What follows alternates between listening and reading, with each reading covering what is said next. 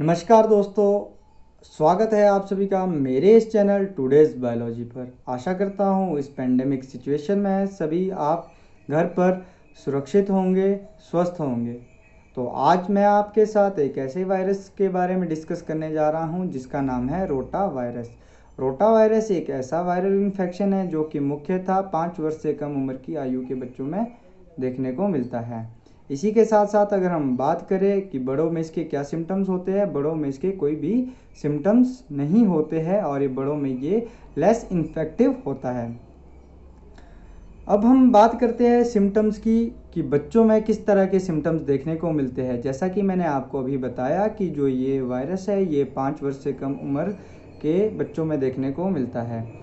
उसी के साथ साथ अगर हम इसके सिम्टम्स की बात करें कि बच्चों में किस तरह के सिम्टम्स होते हैं, तो वो मुख्य होता है डायरिया। डायरिया एक इस तरह की बीमारी है जिसमें कि क्या होता है, बच्चे के बॉडी से जो फ्लूइड है बाहर निकल जाता है। सारा जो भी फ्लूइड्स है, इलेक्ट्रोलाइट्स है, वो बाहर निकल जाते हैं स्टूल पासिंग के थ्रू और वॉमिटिंग के थ्रू, जिससे कि डिहाइड्रेशन की चांसेस बढ़ जाते हैं। उसी के साथ साथ अगर हम बात करें इसके और क्या कॉमन सिम्टम्स देखने को मिलते हैं बच्चों में, तो वो है बुखार, थकान और इसी के साथ साथ बच्चे का चिड़चिड़ापन और उसके अब्डोमिनल पेन, मतलब कि उसके पेट में दर्द, और उसके जो यूरिन में जो फ्रिक्वेंसी है वो रिड्यूस हो जाती है, मतलब कि उसके पेशाब करना उसका कम हो जाता है, क्योंकि जितना भी फ्लूइड है बॉडी से बाहर निकल चुका होता है स्टूल पासिंग के थ्रू, और अब बॉडी में कुछ भी नहीं बचा होता है इस कंडीशन में। तो इसीलिए जिस टाइम पर बच्चे को डायरिया होता है, डिहाइड्रेशन होती है, तो उसे उस टाइम पर ज़्यादा से ज़्यादा लिक्विड फूड जैसे कि हो गया, स्मूदीज़ होगी, और उसी के साथ साथ आपके ये जो डिहाइड्रेशन जैसे ओआरएस, जो ये घोल आते हैं, ओआरएस एक सॉल्यूशन है जिसके कारण कि हाइड्रेटेड बॉडी हो जाती है जब डिहाइड्रेशन होती है। इसी के साथ साथ अगर हम बात करें कि बच्चों को किस तरह से मॉनिटर करें जिस टाइम उन्हें डायरिया हुआ है, उनके सिम्टम्स को किस तरह से मॉनिटरिंग करें, तो जब भी आपके बच्चे को डायरिया हुआ होगा तो आपको उसके सिम्टम्स जो है मॉनिटरिंग करने की आवश्यकता होती है। जैसे कि ड्राई माउथ, उसका जो मुंह है वो सूखा हो जाता है।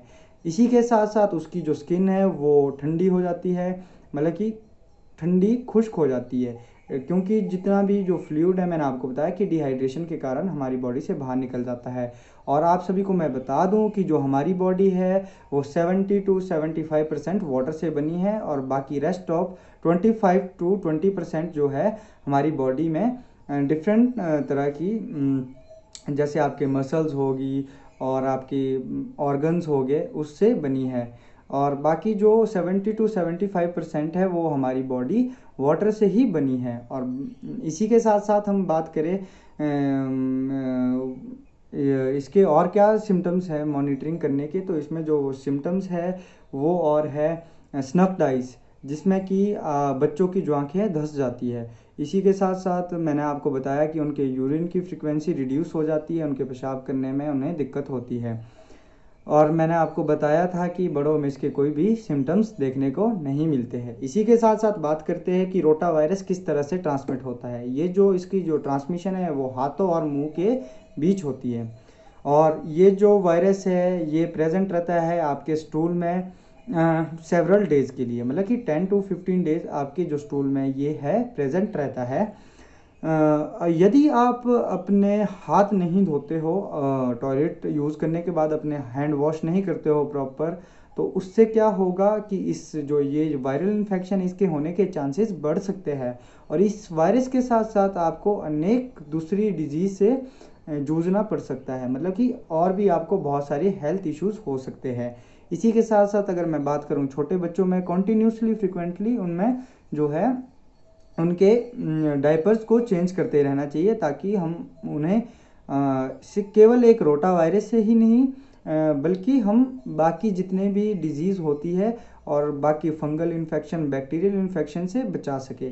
इसी के साथ साथ अगर हम बात करें कि ये रिस्क फैक्टर बच्चों में, मैंने आपको बताया कि 5 वर्ष से कम उम्र के बच्चों में ये जो है रिस्क फैक्टर इसमें होता है।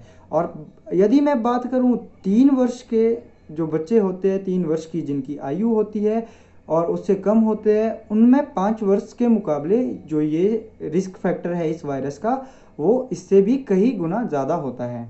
इसी के साथ साथ अगर मैं बात करूं कि किस मौसम में आपको ज़्यादा, किस सीज़न में आपको ज़्यादा इसमें प्रिकॉशंस लेने की ज़रूरत है अपने बच्चों के लिए, तो वो है विंटर सीज़न और स्प्रिंग सीज़न। इन 2 सीज़न में आपको बच्चों का ध्यान रखने में आपको ज़्यादा सक्षम होना चाहिए। इसी के साथ साथ मैं बात करूं कि ये वायरस कितना लंबा रहता है, कितना लंबा ये कहाँ पर रहता है, तो मैं आपको बता दूं कि 1 सप्ताह से, मतलब 3 दिन से 1 सप्ताह तक ये किसी सरफेस पर रहता है। उसी के साथ साथ मैं बात करूं इसके इन्फेक्शन की बॉडी के अंदर, तो ऑटोमेटिकली आपके स्टूल में चला जाता है, जैसे कि मैंने आपको बताया था, और वो कॉन्टिन्यूसली 10 दिन तक वहाँ पर प्रेजेंट रहता है, फिर उसके बाद अपने सिम्टम्स दिखाता है। इसी के साथ साथ मैं बात करूं, अगर किसी बच्चे में इस तरह के सिम्टम्स होते हैं जो कि मैंने आपको पहले बताए हैं इस वीडियो में, तो आपको तुरंत अपने फिजिशियन डॉक्टर से जाके कंसर्न करना चाहिए, और फिर जो भी अप्रोप्रिएट मेडिसिन प्रिकॉशंस है वो आपको लेनी चाहिए अपने बच्चों के लिए। इसी के साथ साथ मैं बात करूं कि इसका डायग्नोसिस कैसे होता है, किस तरह से इस जो वायरस है उसको डिटरमाइन किया जाता है। तो इस वायरस को डिटरमाइन करने के लिए मुख्य एक सैंपल लिया जाता है जिसका नाम है स्टूल सैंपलिंग की जाती है। स्टूल सैंपलिंग में आपका पता चलता है कि आप में रोटा वायरस के लक्षण है या नहीं है, जो वायरस है वो आप में है या नहीं है। इसी के साथ साथ मैं अगर बात करूं कि इसके लिए कौन कौन सी वैक्सीनेशंस तैयार की गई है और किस तरह से ये जो वैक्सीनेशन है, मोड ऑफ वैक्सीनेशन क्या है, कि किस तरह से ये जो वैक्सीनेशंस है ये दी जाती है पेशेंट्स को, बच्चों को, तो ये जो है इसमें सबसे पहले आती है रोटारिक्स। जो रोटारिक्स है वो एक इस तरह की वैक्सीन है जो कि ओरली दी जाती है, और ये 6 सप्ताह से 24 सप्ताह के बच्चों के लिए दी जाती है, जिनकी उम्र 6 वीक टू 24 वीक होती है, उन्हें ये जो है डोज दी जाती है। इसी के साथ मैं बात करूं एक और वैक्सीन की, उसका नाम है रोटाटैक, जो कि 6 सप्ताह से 32 सप्ताह के बच्चों के लिए दी जाती है, मतलब कि 6 टू 32 वीक्स के ओल्ड के जो बच्चे होते हैं उन्हें दी जाती है। जो इसका जो मोड है इस वैक्सीनेशन को देने का वो ओरली है। जिस तरह से आपको पोलियो ड्रॉप्स दी जाती है बच्चों को, उसी तरह से ही ये जो है ये वाली वैक्सीन्स भी दी जाती है बच्चों को। इसीलिए ये वायरस जो है बच्चों में देखने को मिलता है, और इसको इनिशियल स्टेज में इसकी जो वैक्सीनेशन है करवाई जाती है, ड्रॉप्स के माध्यम से ओरली बच्चों को दी जाती है, ताकि जो वो बच्चे हैं वो आगे चलकर इस रोटा वायरस से इन्फेक्ट ना हो। इसी के साथ हम बात करते हैं कि इस वैक्सीन्स के क्या साइड इफ़ेक्ट्स होते हैं। बहुत ही ज़्यादा रेयर चांस में आपको इसके साइड इफ़ेक्ट्स देखने को मिलेंगे, जैसे कि इसके जो डायरिया, फीवर, ये सब हो सकते हैं, बहुत ही ज़्यादा रेयर चांस में किसी भी बच्चे को देखने में मिल सकते हैं आपको। अब मैं बात करता हूँ प्रिकॉशंस की। अगर किसी बच्चे में डायरिया, वॉमिटिंग या इस तरह के सिम्टम्स होते हैं, चाहे वो रोटा वायरस के कारण हो, चाहे वो किसी और वायरल इन्फेक्शन के कारण हो, बैक्टीरियल इन्फेक्शन के कारण हो, तो उसे क्या क्या प्रिकॉशंस लेनी चाहिए। सबसे पहली प्रिकॉशन तो ये है कि आप सभी को पता है कि जब डायरिया जो है, डायरिया डिजीज़ होती है किसी को, तो उसमें क्या होता है कि हमारा जितना भी वाटर है, बॉडी के जितने भी फ्लूइड जो बाहर निकल जाते हैं, जिसके कारण हमारे में शरीर में पानी की कमी हो जाती है। तो ज़्यादा से ज़्यादा पानी पीना चाहिए उस टाइम पर। और उसके साथ साथ जिस बच्चे को डिहाइड्रेशन हुई हो, यदि वो बच्चा नॉन वेज खाता हो, मतलब कि मांसाहारी हो, तो वो चिकन सूप, किसी भी मतलब कि मीट का सूप पी सकता है, जो कि ज़्यादा इफ़ेक्टिव होता है डिहाइड्रेशन में, डिहाइड्रेशन को कम करने में ज़्यादा इफ़ेक्टिव होता है। इसी के साथ साथ हम बात करें कि बच्चों के लिए क्या दिया जाता है, तो बच्चों के लिए पीडियालाइट एक इलेक्ट्रोलाइट सॉल्यूशन होता है, जिससे कि वो बच्चों में पानी की कमी को पूरा करता है। और इसी के साथ साथ हम बात करें कि हमें क्या चीज़ें अवॉइड करनी चाहिए। हमें अवॉइड करनी चाहिए इस समय पर ज़्यादा चीनी, ज़्यादा मीठे वाली, मतलब शुगरी फूड, और फैटी फूड जो कि होता है तला हुआ। इन चीज़ों को हमें अवॉइड करना चाहिए। इसी के साथ साथ हम बात करें किस तरह की डाइट लेनी चाहिए, तो बिल्कुल ब्लेंड फूड खाना चाहिए, जैसे कि पतला, जिसे हम बोलते हैं पतला खाना, जैसे कि आपकी स्मूदीज़ होगी, बनाना शेक, मैंगो शेक, इस तरह का खाना खाना चाहिए।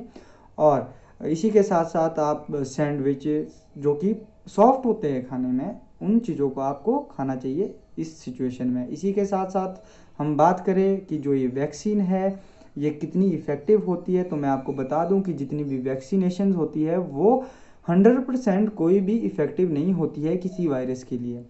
तो ये जो वैक्सीन्स होती है ये 80 to 90, 90 to 95 इतनी इफ़ेक्टिव हो सकती है। और जो ये रोटारिक्स है और रोटाटेक है, ये जो है ये 90 to 95% इफ़ेक्टिव है इस जो वायरस को प्रिवेंट करने के लिए। तो बस फ़िलहाल वीडियो में इतना ही। तो आशा करता हूँ आप सभी को मेरी ये वीडियो पसंद आई होगी। तो इसे लाइक, शेयर और मेरे चैनल को सब्सक्राइब करना ना भूलें, और इस वीडियो को आगे से आगे शेयर करें, ताकि कि ये जिस व्यक्ति को ना पता हो इन सिम्टम्स के बारे में तो उन्हें भी पता चले।